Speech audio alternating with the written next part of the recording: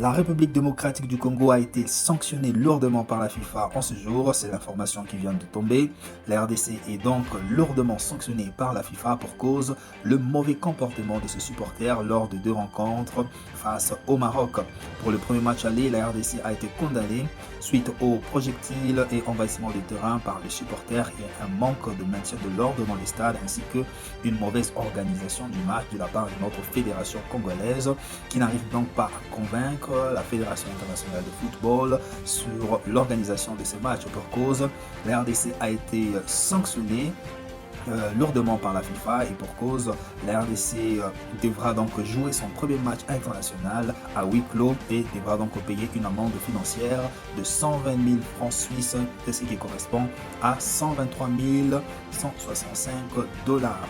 La nation congolaise a été inculpée aussi pour mauvais comportement de ses supporters et jeux d'objets. Alors pour ce fait, la RDC devra donc payer une amende d'environ 5 000 dollars. Que pensez-vous de ces sanctions de la FIFA à notre rencontre? Mais ce qui est sûr, c'est que notre fédération n'arrive pas à organiser de match officiel selon les normes.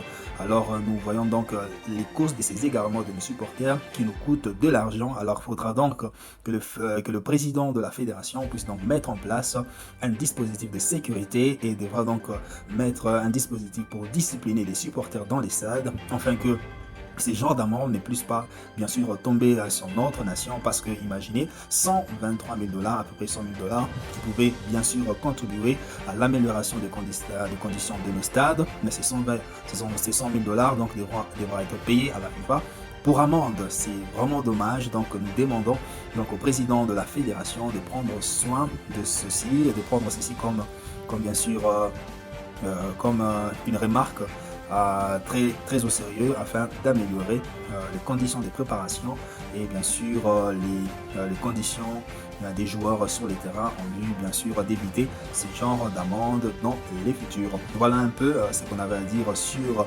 la RDC. Que pensez-vous de ces sanctions? Donnez-nous votre avis en commentaire. N'hésitez pas de liker la page, de vous abonner sur notre chaîne. Ça nous fera un très grand plaisir. Restez connectés. À la prochaine.